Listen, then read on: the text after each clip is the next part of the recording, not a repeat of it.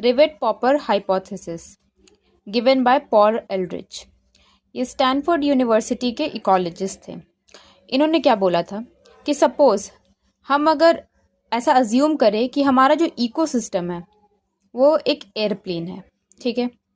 उसमें जितनी भी रिवेट्स यानी कि जो नट बोल्ट्स वगैरह लगे हुए हैं, दे ऑल रिप्रेजेंट स्पीशीज। और जो विंग्स पे आपके रिवेट्स हैं उनको बोलेंगे की स्पीशीज़। की स्पीशीज़ वो स्पीशीज़ होते हैं जिनका एक्चुअली नंबर कम होता है हमारे इकोसिस्टम में, बट उनका रोल और इम्पैक्ट काफ़ी ज़्यादा होता है।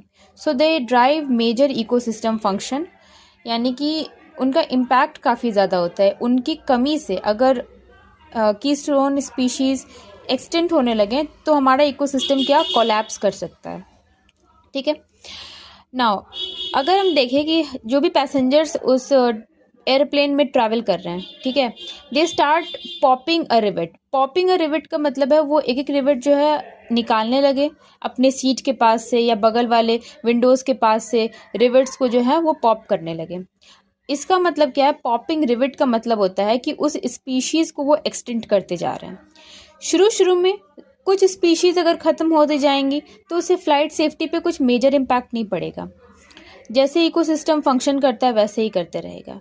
लेकिन जैसे ही ज़्यादा से ज़्यादा रिवेट्स को रिमूव किया जाएगा, यानी कि आप स्पीशीज़ को क्या कर रहे हैं? एक्सटेंड करते जा रहे हैं, तो उससे क्या होगा कि जो एयरप्लेन था उसका बैलेंस ख़राब होते जाएगा।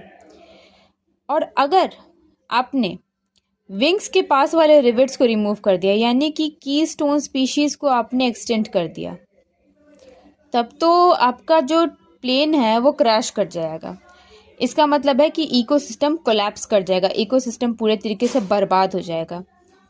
यही है हमारा रिवेट पॉपर हाइपोथेसिस। तो इसमें एयरप्लेन, इकोसिस्टम को एयरप्लेन से रिप्रेजेंट किया गया है, जितने भी स्पीशीज़ हैं उसमें रिवेट से, and keystone species which drive the major ecosystem function, they had a huge impact and their role is very much significant in the ecosystem. तो उनको rivets on wings से represent किया गया है।